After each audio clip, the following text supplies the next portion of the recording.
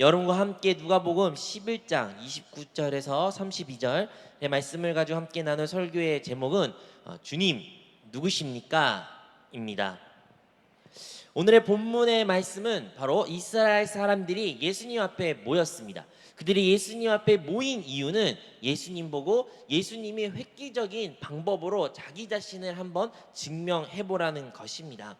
그래서 이스라엘 사람들은 예수님의 특별한 모습을, 특별한 어떤 요구를, 표적을 구했습니다. 그리고 예수님은 말씀하십니다. 너희는 표적을 구하구나. 그래, 내가 표적을 보여주겠다. 그 표적이 바로 내 스스로 내 자신이다라고 주님이 그들에게 말한 것입니다. 요나 시대 사람들은 요나 시대에 요나가 그 성전에 니느웨 성에 갔을 때 회개하라 그 말을 한번 외쳤을 때 그 성에 있는 사람들은 모두 그 말을 듣고 회개했습니다. 하지만 예수님이 살아계신 그 시대에 예수님이 사람들을 향하여 회개하라 천국이 가까이 왔다 이 말씀이 임했을 때도 그들은 회개를 하지 않는 것을 보고 한탄하셨습니다.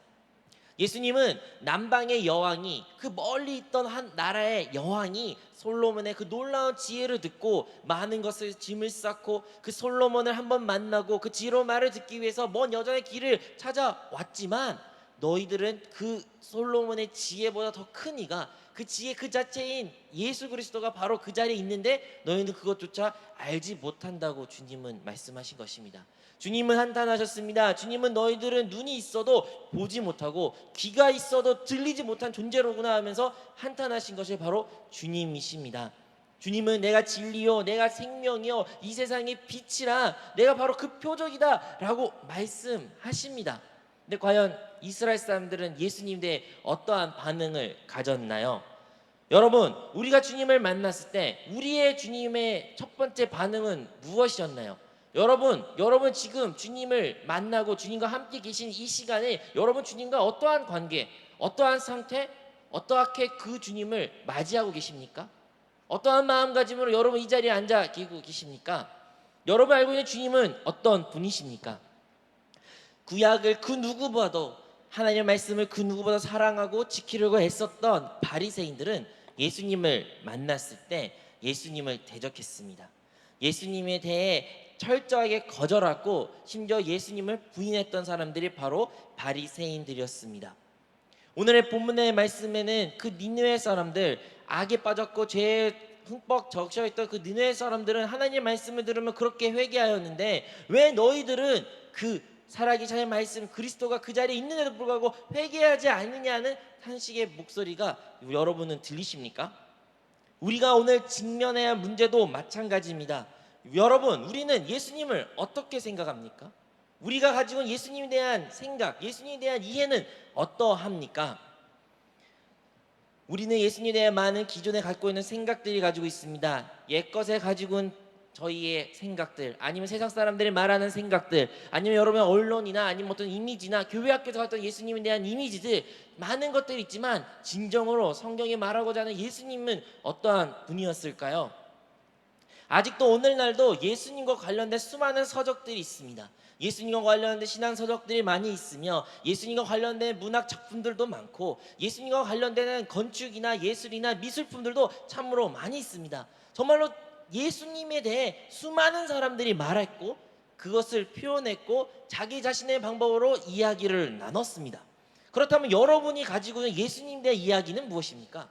여러분 어떠한 이야기를 가지고 예수님을 바라보십니까? 예수님은 누구이실까요? 여러분, 사울이라는, 우리가 너무나 잘 알고 있는 바울이라는 인물이 있습니다. 이 청년은 다메섹 도상에 걸어간 도중에 큰 환한 빛을 만나게 됩니다. 그가 다메섹 성을 향한 이유는 다름 아니라 예수님을 따르는 자들을 붙잡아 그들을 감옥에 넣고 그들을 처형시키기 위해서 그는 여정의 길을 떠난 겁니다. 예수님을 믿는 사람을 핍박하기 위해 그가 걸어갈 때 하늘에서는 큰 빛이 그에게 비춰지게 됩니다. 그리고 그 빛이 그에게 비춰질 때 그의 눈은 멀었고 그는 그 빛을 향하여 말합니다. 주님, 당신이 누구십니까? 이러한 질문이 오늘날 우리에게도 갖고 있습니다. 여러분, 우리의 주님은 누구실까요? 예수님은 누구이실까요? 왜 우리는 이 질문에 대해 수많은 이야기를 들었고 수많은 것을 안다고 생각하지만 왜 이 질문에 대해 확실한 대답을 우리 안에서는 없는 것일까요? 다시 한번 우리가 이 생각에서부터, 우리의 양심에서부터 이 벗어날 수 없는 이 질문에 대한 해답을 함께 나누기를 원합니다. 예수님은 그냥 단순히 역사적인 한 인물로서 어떤 한 혁명가로 그친 사람일까요? 그는 33살이라는 인생을 이 땅 가운데 살았습니다. 물론 33살 동안 이 땅 가운데 살아갔을 때 우리와 같은 정기 교육도 받지 못한 분이었습니다. 그가 태어났던 지역은 중동 지역이고 그가 돌아다녔던 지역은 아마도 그 중동 지역 얼마 되지 않는 곳입니다. 여러분보다 교육을 못 받을 수도 있고 여러분보다 외적으로 바라봤을 때 더 많이 여행도 가지 못했던 그러한 시대에 살았던 예수님인데 그가 과연 어떠한 사람이었을까요? 2000년이나 지난 지금까지도 이 보잘것없는 한 사람의 예수에 대해 왜 아직도 많은 사람들이 이야기를 나누고 있을까요? 세상 사람들은 이 예수에 대해 미치광이라는 이야기도 합니다. 특히 예수님을 믿는 다른 사람들을 예수쟁이라며 조롱하며 예수를 따르다고 그들은 미친 사람이라고 정신적으로 문제 있다고 말하며 예수님까지 동일하게 말합니다. 예수란 사람은 미친 사람이야. 예수란 사람은 정말 제 정신이 아니었던 사람이야. 과연 그런가요? 또 어떤 사람은 예수님은 혁명가, 어떠한 놀라운 혁명을 일으켰던 위대한 사람이라고 말하긴 합니다. 과연 그는 혁명가였을까요? 그 시대에는 그를 혁명가로 생각했던 수많은 사람들이 있었고 수많은 사람들이 그를 따랐습니다. 심지어 제자들도 예수님이 혁명을 일으켜서 로마의 압제에서부터 풀려나 참된 자유를 유대인들에게 새 나라를 세울 것이라고 그들은 믿었습니다. 하지만요, 예수님은 그러한 육신적인 눈에 보이는 정치적인 나라에 세우는 데 관심을 두지 아니하셨습니다. 그는 영적인 나라에 관심을 두었으며 그는 영적인 나라를 그 땅 가운데 천국을 세웠으며 하나님의 나라, 하나님의 몸내 그리스도의 몸의 교회를 세우신 것입니다. 많은 사람들이 예수님이 혁명가라고 오해하여 심지어 많은 사람들이 예수님 이렇게 시험했습니다. 예수님의 다가와 묻습니다. 이 동전에 누구의 그림이 그려져 있냐? 예수님이 이 동전을 보여주시면 사람들이 말합니다. 이 동전에는 가이사의 그림이 있습니다. 가이사, 우리가 좀 더 쉽게 생각하면 시저의 그림, 로마를 통치했던 위대한 통치자의 얼굴이 그려져 있습니다. 예수님은 말씀하십니다. 가이사에는 가이사에게, 하나님 것은 하나님께 드리라고 말한 것입니다. 그와 같이 예수님은 철저히 정치적인 혁명에서부터 선을 그으셨고 그거와 달리 영적인 나라의 꿈을 꾸신 분이십니다. 어떤 사람들은 예수 그리스도를 어떠한 아름다운 연예인같이 정말 우리가 사모하고 따르고 인플루언서같이 그를 사랑하는 한 존재로만 생각하는 사람들도 있습니다. 예수님이 단순히 우리가 상상 속에 교회 학교나 문학 작품이나 아름다운 그림들을 통해서, 영화를 통해서 그를 아름답게 바라보고 머릿결은 정말 좋으며 콧대도 높고 잘생긴 모습을 우리는 상상합니다. 그래서 그 잘생긴 모습은 예수님 정말로 젠틀하고 부드러운 목소리 있을 것 같고 나를 위로해 줄 것 같고 사랑스럽게 바라본 그것을 상상하며 나의 그 사랑을 부족한 그 부분을 채워줄 하나의 연예의 대상과 같이 하나의 연예인을 따르는, 인플루언서를 따르는 하나의 사모하는 마음을 가지며 주님을 바라보는 사람들도 있습니다. 하지만요, 주님이 이 땅 가운데 죽으시고 부활하시고 승천하시고 나서 단 하나도 주님이 관련된 얼굴이나 인상착의는 없습니다. 왜 그럴까요? 그런 것들이 남기면 사람들이 분명히 그것을 우상으로 숭배할 것이고 그것을 성화시킬 것을 주님은 아셨기에 그러한 모든 흔적을 주님은 다 지우시고 홀연히 하늘로 승천하신 것입니다. 주님은 우리가 그러한 모습들을, 그러한 외적인 모습을 주님을 따르기를 원치 아니하신 것입니다. 왜냐하면 하나님은 영이시고 예배한 자는 영과 진리로 예배해야 하기 때문입니다. 과연 예수님은 누구일까요? 정말로 위대한 철학자들은 이 예수님에 대해 많이 말했습니다. 위대한 역사학자들도 예수님에 대해 수많은 서적들을 집필했습니다. 정말로 많은 문학자들이나 미술가들도 예수님 관련한 명화를 그리고 그 이야기들을 나눴습니다. 세계 곳곳의 건축물, 성당을 바라보도 예수님을 관련된 건축물도 많이 있습니다. 정말 어디 가나 예수 그 예수를 우리는 알고 있을까요? 첫 번째 우리가 기억해야 될 것은 예수님은 완전한 사람으로 이 땅에 오신 분입니다. 예수님은 사람이었습니다. 그는 족보를 가지고 이 땅에 태어나신 사람 예수 그리스도였습니다. 예수님이 이 땅에 우리와 같이 배도 고프셨고 우리와 같이 목도 마르셨으며 피곤하시고 주무시고 울고 웃고 사람들과 인간관계를 맺은 분이셨습니다. 그는 온전한 사람으로서 이 땅 가운데 있어 그는 우리와 같이 어린 시절의 성장기도 함께 겪은 사람이었습니다. 하지만 더 놀라운 것은 성경에 기록되기를 이 사람이신 예수님에 불구하고 그가 30살에 사역이 시작했을 때 그가 죄가 하나도 없다고 선포하였을 때 그 누구도 그거에 대한 반박을 안 했다는 것입니다. 상상해 보십시오. 30살, 30년이라는 인생을 살아간 사람이 그 주위에 이웃과 그 주위에 수많은 그를 아는 사람이 있는데도 불구하고 그가 돌연 하루아침에 나는 여태까지 단 한 번도 죄를 지은 적이 없어요 라고 말하면 누가 과연 그 말을 있는 그대로 받아들일까요? 만약에 제가 이 자리에서 제가 한 번도 죄를 지은 적이 없습니다 이렇게 말하면 아마도 이 자리에 많은 사람들이 들고 일어서 가지고 말할 거예요. 전도사님, 제가 며칠 전에 봤는데요, 지난번에 저한테 이런 말도 하셨잖아요. 여러분, 저의 헌담을, 저의 연약함을, 저의 실수를 여러분들은 많이 보았을 거예요. 하지만요, 예수님은요, 그가 사역을 공생에 시작했고 그가 죄가 없는 분이라고 말했을 때 그 누구도 그것을 반박하지 못했습니다. 예수님은 사람으로 이 땅에 오셨지만 그는 단 한 번도 죄를 짓지 아니하셨던 분입니다. 예수님은 범죄하지 않으셨습니다. 과연 유혹이 없어서, 시험이 없어서 죄를 짓지 않은 것일까요? 아니요. 그도 우리와 마찬가지로 유혹받으셨고 그를 시험하였고 그를 넘어뜨리려고 사단이, 귀신이, 원수가 다가왔습니다. 하지만 그런 원수와 사단의 유혹에도 불구하고 주님은 넘어지지 아니하신 분이시며 죄를 짓지 아니하셨던 분이 바로 우리 예수님이십니다. 예수님은 또한 유일한 하나님의 아들, 독생자입니다. 그는 이 우주가, 이 만물이 존재하기 이전부터 존재했던 분이십니다.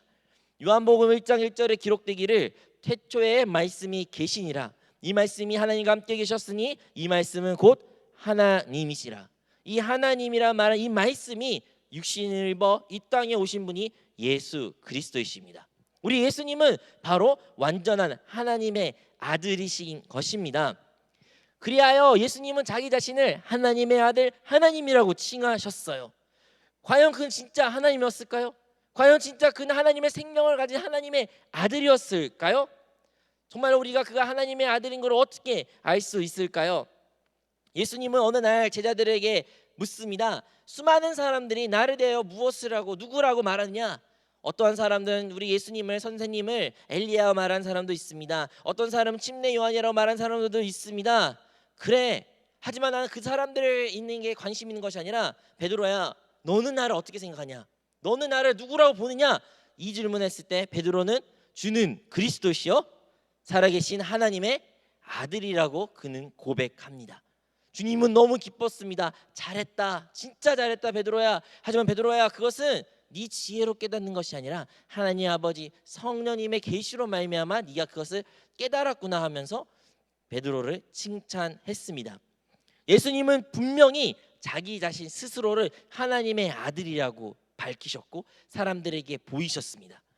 그의 성육신이, 그의 출산이 그분의 인생의 시작이라고 우리는 착각해서는 안 됩니다. 예수님이 태어났으니까 예수님이 그때부터 살았을 거야. 아니요. 예수님은 이 세상이 존재하기 전, 바로 창세 전부터 그 하나님 말씀 스스로였던 그 말씀 자체가 예수님은 이미 존재했던 분입니다. 단순히 출산을 통하여 그가 성육신이란 과정을 통한 것이지 그는 온전한 하나님이셨고 하나님의 아들임을 우리는 기억해야 됩니다. 그리고 그 하나님의 말씀이 영원하신 그 변하지 않은 하나님의 말씀이 육신을 입어 우리와 함께 이 땅에 오신 분이 예수님이십니다. 예수님은 단순히 혁명가도 아니었습니다. 단순히 어떠한 연예인이나 인플루언서도 아니었습니다. 그는 분명히 육신을 입고 이 땅에 오신 하나님인 줄로 믿습니다. 정말로 그의 가르침은 놀라웠습니다. 그는 사람들에게 너희가 한 뺨을 맞으면 그 다른 뺨도 그에게 내어주라고 말했고, 너희가 77번 다른 사람들에게 7번을 더하여 죄를 용서하여도 가르쳤고, 또한 다른 사람들의 외적인 그 죄를 이해했을 때 주님은 그 사람들의 마음을, 중심을 보시고 그것이 악하다고 말씀하신 것이 우리 주님이신 것입니다. 정말로 이 세상 사람들이 알 수 없는 그 놀라운 경지의 도덕과 그 놀라운 수의 가르침을 우리 주님께서 사람들에게, 우리에게 말씀했습니다. 우리 주님은 사람의 속, 사람의 중심, 사람의 안을 그 누구보다도 보시고 그것으로 판단하신 분이심을 우리는 기억해야 될 줄로 믿습니다. 그래서 우리는 우리의 이러한 과거에 정말로 죄를 짓지 않고 싶지만 죄를 짓을 수밖에 없는 그 삶 가운데서 변화를 받을 필요가 있습니다. 변화받고 싶습니다. 구원을 받고 싶습니다. 영생을 얻고 싶습니다. 그 방법을 이루기 위하여 주님이 이 땅에 오신 것이고 우리에겐 새로운 시작이 필요한 것입니다. 여러분, 우리가 주님을 어떻게 생각하나요? 그 당시에는 예수님을 결국에는 그를 죽이고 그를 사형에 집행하게 되었습니다. 주님을 사형을 집행한 이유, 왜 주님을 죽였을까요? 그들에겐 세 가지가 이유가 있었습니다. 첫 번째는 예수님이 죄인을 사랑했기 때문입니다. 두 번째는 그들이 예수님을 사형을 집행한 이유는 그가 안식일에 쉬는 날에 병자를 치유했기 때문입니다. 세 번째, 그들이 예수님을 죽인 이유는 스스로 자신을 하나님의 아들이라고 말한 그 말 때문에 예수님을 결국에 십자가에 못 박아 죽으신 분입니다. 과연 그가 진짜 하나님의 아들이었을까요? 그가 하나님의 아들이었으면 과연 그는 어떠한 권세를 가지고 이 땅에 오신 분일까요? 첫 번째, 그는 죄를 용서할 수 있는 권세를 가지고 있었습니다. 여러분, 구약에 이전에 지금까지 그 어느 누구도 죄를 용서할 수 있는 사람이 있었습니까? 그 어느 누가 당당하게 다른 사람들의 죄를 듣고 그 죄를 향하여 너의 죄가 용서받았다고 말할 수 있는 사람이 있었을까요? 구약에도 없었고 오늘날까지 지금까지도 없습니다. 하지만 예수님은 이 땅에 오실 때 죄를 용서할 수 있는 권세를 가진 분이십니다. 사람들은 하나님만이 그걸 할 수 있다는 말을 수근거릴 때 그 하나님 할 수 있는 그 죄를 용서해서 권세를 우리 주님은 가지신 분이십니다. 우리 주님은 자연 만물을, 자연 세계를, 형태를 향하여 명령을 하고 그 자연 세계는 주님께 복종하는 그런 놀라운 권세도 주님은 가지고 계셨습니다. 어느 날 주님은 배에 타고 제자들과 함께 바다를 건너려고 할 때 큰 폭풍우가 치게 됩니다. 정말 큰 천둥 소리가 나게 되고 번개가 번쩍거리며 큰 파도가 휘어지고 배 안에 들어와 죽을 것 같은 그 고난의 순간 때에 제자들은 이제 멘탈이 아니면 혼란 가운데 빠짐으로 말미암아 주님을 향해 살려달라고 외칩니다. 주님 살려주세요. 주님 어찌하여 우리 돌보지 않으신가요? 하면서 그들은 소리 짓습니다. 그리고 주님이 일어났을 때 주님은 바다를 향해 말합니다. 잠잠하라. 그 잠잠하의 그 말 한마디가 떨어지자마자 그렇게 쳤던 폭풍우가 멈추게 되었고 비바람이 멈추게 되었으며 그 모든 것이 잠잠한 역사가 나타나게 된 것입니다. 제자들이 그걸 바라봤을 때 다들 수근거렸습니다. 그가 누구기에 비바람을 이렇게 폭풍우로 멈출 수 있을까? 여러분, 우리 예수님께서는 바로 이 자연세계를 명령하시고 그를 다스릴 수 있는 분임을 우리는 기억해야 됩니다. 자연은 다 그의 말씀으로 인하여 창조되었던 것이기에 모두 창조된 그 자연 만물은 우리 주님의 말씀에 순종하는 역사가 나타난 것입니다. 예수님은 또한 병을 고칠 수 있는 권세를 가지고 있었습니다. 물론 구약에도 수많은 병자를 고친 이야기가 있을 수 있지만 주님이 고쳤던 병은 이전에 고치지 못했던 역사가 나타난 것입니다. 눈이 보지 못한 사람은 눈이 보게 되었고 귀가 듣지 못했던 사람은 들리게 되었으며 말하지 못한 사람은 말할 수 있는 역사가 예수님 통해서 나타났습니다. 예수님은 또한 귀신을 쫓아내며 그 귀신을 쫓아나갈 때마다 하나님 나라가 임했고 귀신이 나갈 때마다 마귀를 대적할 때마다 병자들이 치유되는 역사가 나타났습니다. 우리 주님께서는 바로 주님의 이름으로 귀신을 쫓아내며 치유하는 역사를, 그러한 권세를 주님은 분명히 가지고 있었습니다. 여러분 혹시 마귀의 존재, 귀신의 존재를 믿지 않으십니까? 하지만 우리 주님은 분명히 그 귀신과 마귀를 엄격하게 꾸짖었고 그를 쫓아냈으며 쫓아낼 때마다 그들의 삶 가운데 회복이 나타났고 치유가 나타났던 것을 우리는 기억해야 됩니다. 예수님의 죽음은 일반적인 다른 사람들과 죽음과 비교하면 어떠했을까요? 주님이 십자가에 돌아가셨을 때 하늘이 어두워졌습니다.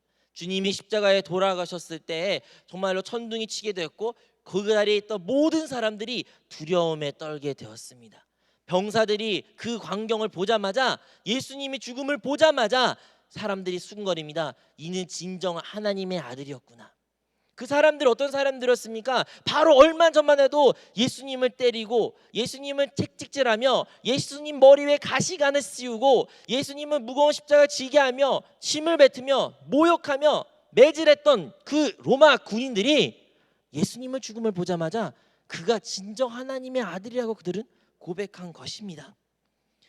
여러분, 예수님은 진정 하나님의 아들이셨기에 그가 말 한마디만 한다면 정말로 천군 천사가 내려와 이 우주를, 이 세계를, 우리 인류를 싹 쓸어서 없애고 새롭게 시작할 수 있는 권세를 가진 분이셨습니다.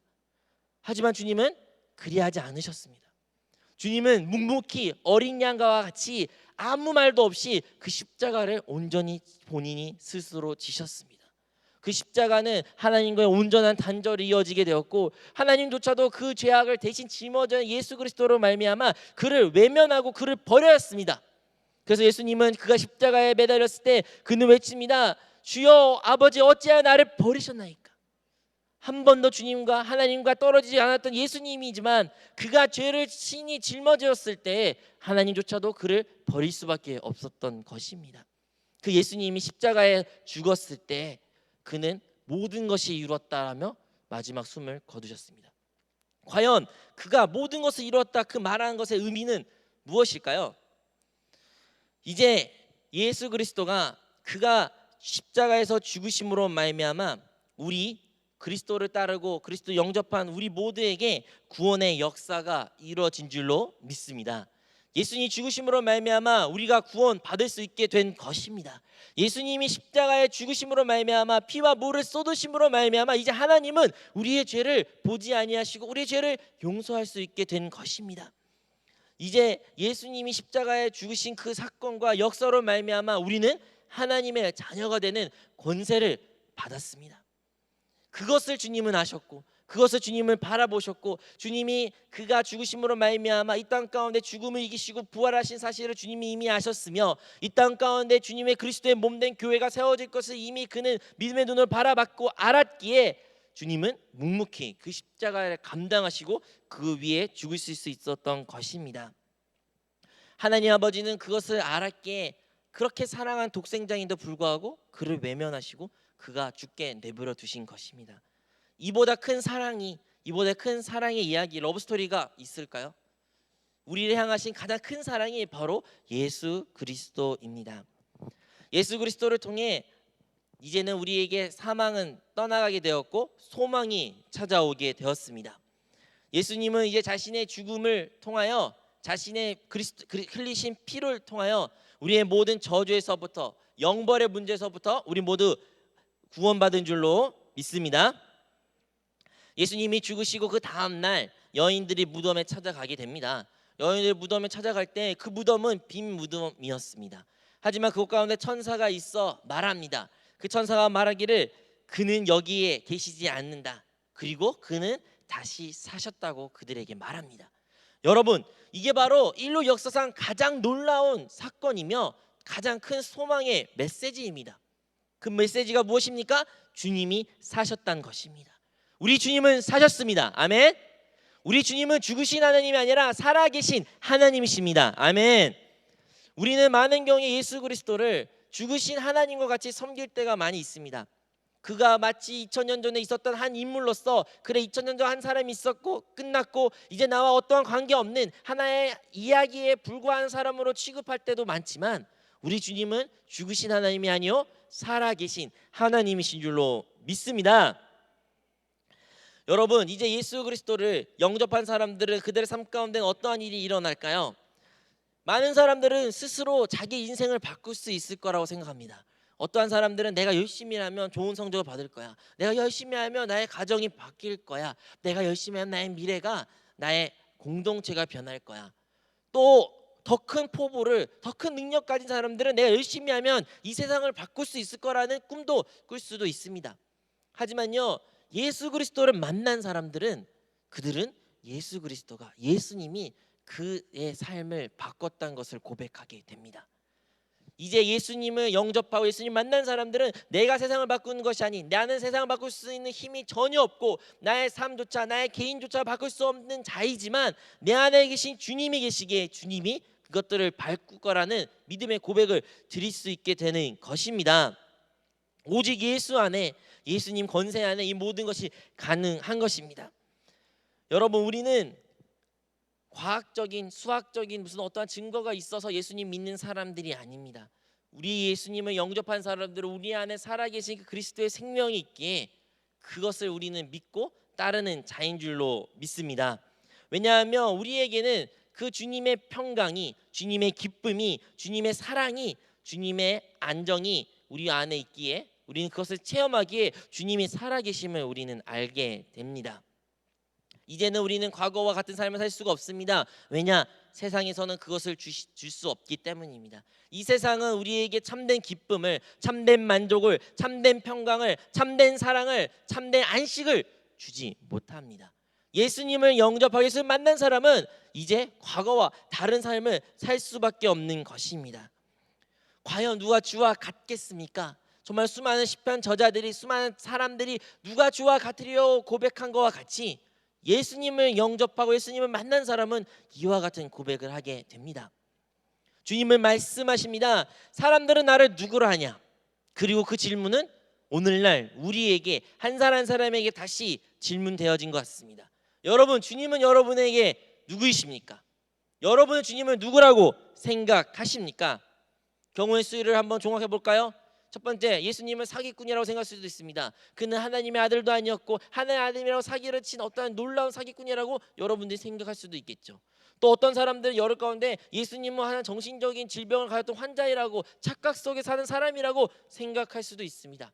하지만요, 만약 1번도 2번도 아니고 진정 그가 하나님의 아들이고 진정 그가 살아계신 하나님이며 진정 그가 우리를 위하여 이 땅에 오신 우리의 구세주라고 여러분이 믿으신다면 우리는 그분을 영접할 수밖에 없습니다. 물론 이것을 주님이 살아계심을, 주님이 하나님의 아들이심을 제가 제 과학적인 방법으로 여러분을 납득시킬 수는 없습니다. 하지만 저의 인생을 뒤돌아봤을 때, 저의 삶을 뒤돌아봤을 때 하나님께서는 제가 가장 어렵고 가장 힘들고 어둡고 사망의 문턱에 앞에 있을 때 저를 만나주셨던 분이 다름 아닌 주님이십니다. 그 주님을 제가 만났기에 저는 당당하게 여러분에게 주님은 살아계신다고 말할 수 있습니다. 여러분도 주님을 만나 이러한 믿음의 고백을 할 수 있는 모든 성도들이 되었으면 좋겠습니다. 제 깊숙한 곳에는 주님은 살아계시고 이 주님은 저에게 영원한 희망이 되십니다. 환경이 힘들고 환경이 어렵고 환경이 최악의 초솟는 상황 가운데 놓여 있을지라도 제가 두려워하지 않는 것은 주님이 나와 함께 계시다는 그 확신이, 그 믿음이 제 안에 있기 때문입니다. 우리가 이 인생살이에 살 때, 이 인생에 살아갈 때 믿음이라는 것이 참으로 중요합니다. 여러분들이 의식하지 못할지라도 우리는 많은 것을 믿음을 토대로 우리의 사회생활을 이어갑니다. 대표적으로 말해 볼까요? 여러분들 이 자리에 나왔을 때 뭐 타고 나오셨습니까? 누구는 대중교통을 이용하시고 누구는 자가용을 이용하시고 누구는 걸어서 이 땅에 오셨습니다. 그렇다면 여러분, 그 자가용이, 그 대중교통이 무너지고 폭파하지 않을 것이라는 믿음은 어디서 오신 것이죠? 우리는 그런 걸 의심 없이 너무 자연스럽게 이 자리까지 나왔습니다. 여러분 걸어가시다 아스팔트가 갑자기 구멍이 생겨가지고 푹 떨어질 거라는 그러한 두려움 가운데 왜 여러분 안 갈 수 있나요? 혹시 여러분 이 자리에 나왔을 때 여러분 갖고 있는 통장의 잔고들은 은행에 어떻게 믿음을 가지고 이체하셨습니까? 여러분 은행이 망할 것이라는 두려움이 없으십니까? 왜 은행이 망하지 않을 것 확실한 믿음을 가지고 계시나요? 여러분 내일이 전쟁에 반발할 것이라는 그 두려움은 왜 없는 건가요? 왜 여러분은 그거에 정부에 대한 나를 보호해 줄 거, 나를 지켜줄 거 확실한 믿음을 우리는 다 가지고 살아갑니다. 또 여러분 이 자리에 나왔을 때, 여러분 의자에 앉았을 때 여러분 혹시 이 의자가 제대로 된 의자인가? 무너지지 않을까? 그런 의심을 가지며 이걸 한번 확인하고 앉은 사람 이 자리에 누구라도 있나요? 우리는 아무도 그런 걸 의심 없이 너무 자연스럽게 의자에 앉습니다. 왜?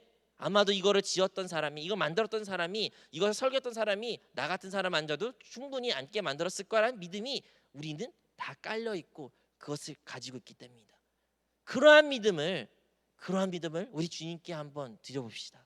주님에 대한 믿음을, 확신을 가져봅시다. 주님이 참된 하나님의 아들이시고 그리스도이시고 여러분의 삶을 책임진다는 그 말을 하는 것뿐만 아니라 여러분의 삶 가운데 믿음으로 드려질 때 주님께서는 여러분의 삶에 나타나시고 다가오시며 여러분을 변화시킬 것입니다. 우리는 이와 같이 우리의 모든 신앙생활의 믿음을 그리스도 예수 안에 두어야 됩니다. 하지만 베드로가 고백한 것과 같이 주는 그리스도의 살아계신 하나님의 믿음의 고백은 우리의 힘으로 능으로 하는 것이 아니요 오직 하나님의 성령으로 말미암아 깨닫는 놀라운 계시입니다. 오늘 우리가 다시 한번 이 예배 자리에 나와 찬양과 예배와 말씀과 기도를 통해 우리가 다시 한번 성령 충만을 사모하여 주님의 성령으로 충만할 때 그 주님이 살아계신 하나님으로, 오늘도 여러분에게 말씀하신 하나님으로, 오늘도 여러분의 삶을 변화시킨 그 하나님으로 체험될 줄로 믿습니다. 주님, 우리 주님은, 당신은 누구십니까? 여러분, 이 질문에 대한 확실한 대답을 가지고 여러분의 삶 가운데 되돌아가기를 원합니다.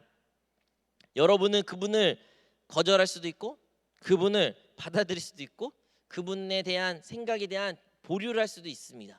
하지만 여러분이 어떠한 선택을 하셨든 간에 주님은 오늘도 여러분의 마음의 문을 두드리시며 아직도 여러분이 그분을 온전히 받아들이기를 기다리시고, 그것이 오늘이 그 역사가 나타난 것을 간절히 소망하신 것을 기억하시기를 바랍니다. 우리 주님은 오늘도 우리가 만약 죄를 자백하면 우리 주님은 용서해 주실 것입니다. 그 변하지 않을 것 같은 두려운 환경 가운데 우리가 놓였을 거란 상황 가운데 있을지라도 우리가 주님께 나아간다면 주님은 그 변하지 않는 환경을 바꾸실 분이십니다. 우리가 아픈 몸을 가지고, 아픈 마음을 가지고, 상처를 가지고 이 자리에 나왔다면, 그 주님을 다시 한번 만난다면 우리의 아픈 몸도 마음도 무너졌던 우리의 모든 관계도 주님께서는 회복시킬 것입니다. 우리의 죽었던 영을 소생시킬 것이며, 다시 한번 예수 그리스도를 믿지 않는 자가 이 자리에 있다면 그를 영접하는 자들에게 거듭나게 하실 것이며, 하나님의 놀라운 영생을 우리에게 허락하실 줄로 믿습니다. 살아계신 그 예수 그리스도를 우리의 삶 가운데 날마다 찬양하며 영광 돌리기를 바랍니다.